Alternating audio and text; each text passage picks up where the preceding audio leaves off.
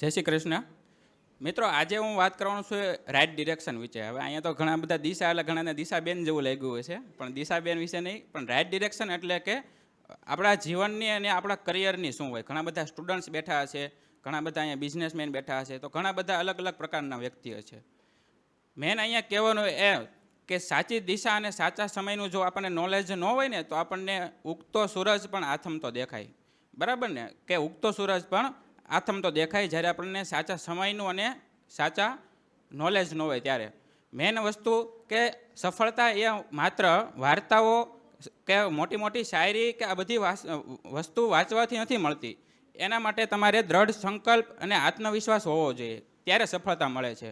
Main વસ્તુ કે અહીંયા હું એક વસ્તુ કહીશ કે મિત્રો, આપણે 5 જ દિવસ ફરવા જવાનું હોય ક્યાંય, બરાબર ને? એમાં સુરત હોય એટલે તો દર રવિવારે બધે સાપુતારા જ હોય, પણ આપણે 5 દિવસ ક્યાંક ફરવા જવાનું હોય તો આપણે કેટલી બધી તૈયારી કરવી છે, હા કે ના? બરાબર ને? 5 દિવસ જવાનું હોય, એમાં લેડીઝ તો 10 દિવસ મળે છે કરવા અગાઉ, પણ 5 જ દિવસ માટે જવાનું હોય તોય આપણે કેટલી બધી તૈયારી કરવી છે. એવી જ રીતે આપણે આપણા કરિયર કે આપણા લાઈફ સારું બનાવવા માટે આપણે કેટલી તૈયારી કરવી છે? કાંઈ નહીં. મેન કે અહીંયા એક આપણે હું બીજા એક્ઝામ્પલથી તમને સમજાવું કે આપણા શરીરનો સિટી સ્કેન થાય તો આપણને બધી વસ્તુ ખબર પડે, હા કે ના? બરાબર ને? શરીરનો સિટી સ્કેનમાં બધું આવી જાય જે હોય એ. પણ અહીંયા કરિયરનો કે આપણી લાઈફનો સિટી સ્કેન થતો હોત કે તમે કેવા બનશો, શું બનશો, આ બધી વસ્તુ, તો આપણને કેટલી વસ્તુ ખબર પડી જાય કે આ સિટી સ્કેનમાં તો આવું હું નહીં સફળ થાવ, તો આપણને રસ્તો મળી જાય કે ઓકે આ કરવું કે ના કરવું. પણ મેન વસ્તુ અહીંયા એ જ કહેવું છે કે ઘણા બધા વિદ્યાર્થીઓ, અત્યારે હું તમને વાત કરું ગુજરાતમાં અને આખા ઇન્ડિયા લેવલે, તો 9,000 કરતાં પણ એટલે કે 9,000 કરતાં પણ વધારે વિદ્યાર્થીઓ સુસાઇડ કરે છે. ખાલી સ્ટુડન્ટ્સની વાત કરું છું.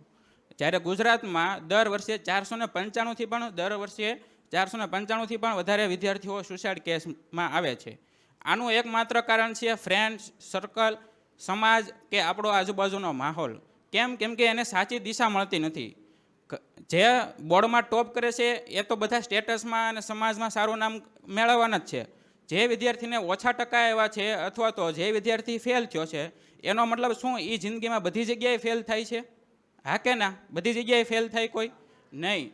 આજે હું તમને એક એક્ઝામ્પલ્સ આપીશ મિત્રો, કે વિશ્વમાં સૌથી વધારે પૈસાવાળા જે માર્ક ઝુકરબર્ગ, જે ફેસબુક અને ઇન્સ્ટાગ્રામ વાપરો છો ને તમે બધા, એના ઓનર એટલે કે CEO, બરાબર છે? એને પણ કોલેજ નથી કરી, એને પણ ડ્રોપ આઉટ કરેલી છે.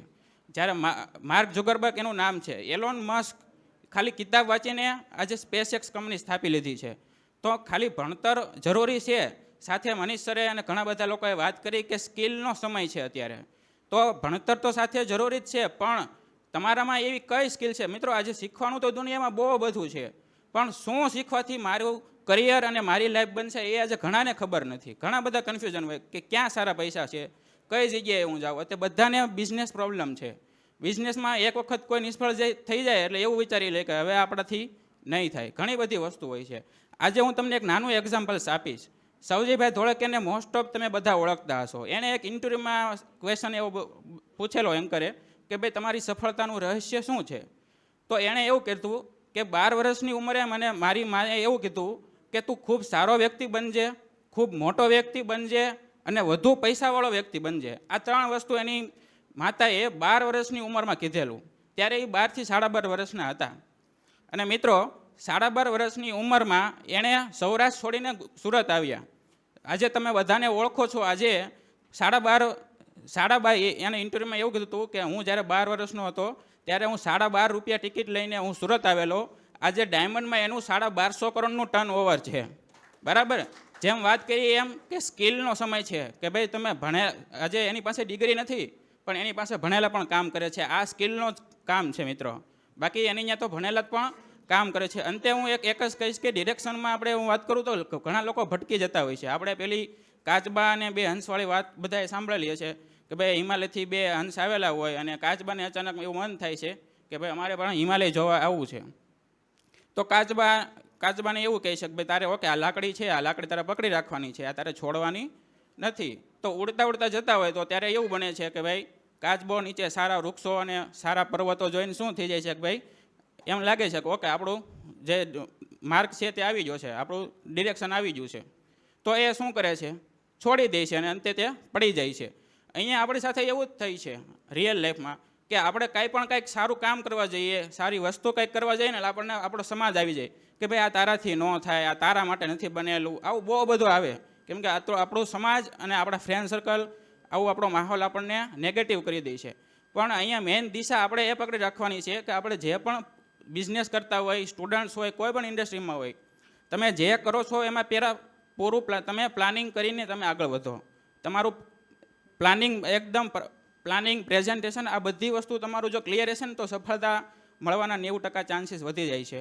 અંતે હું એટલું જ કહીશ કે એક નાનકડો ચમત્કાર, નાનકડો એવો એક વિચાર હોય ને જે ચમત્કાર, એ પણ ખૂબ મોટું સર્જન કરી શકે છે. અંતે બસ એટલું જ કહીશ કે તમે કોઈ પણ દિશામાં આગળ વધો છો એમાં રાઇટ ડિરેક્શન એટલે કે જે તમે દિશામાં આગળ વધો છો એમાં ખૂબ પ્લાનિંગ કરીને આગળ વધવું જોઈએ, નહીં કે કોઈની વાતોમાં આવીને કોઈ ડિસિઝન લઈ લેવું જોઈએ. આપણે શું કરવું છે એ આપણને ખ્યાલ હોવો જોઈએ. તો અંતે હું એક જ કહીશ કે એક નાનકડો વિચાર પણ ખૂબ મોટું મહાન જે સર્જી શકે છે. જેમ કે સવજીભાઈ ધોળકિયાનું આપણે એક્ઝામ્પલ્સ જોયું એમ, બરાબર ને? તો દિશા આપણા જીવનમાં છે એ કેટલી બધી મહત્ત્વની હોય છે. તો ખાસ બધા વિદ્યાર્થીઓ છે, અહીંયા બિઝનેસમેન પણ છે, હું અંતે એ જ કહીશ કે દિશા ઇઝ એટલે કે ભાઈ ડિરેક્શન ઇઝ એવરીથિંગ, દિશા જ બધું છે. અસ્તુ, જય શ્રી કૃષ્ણ.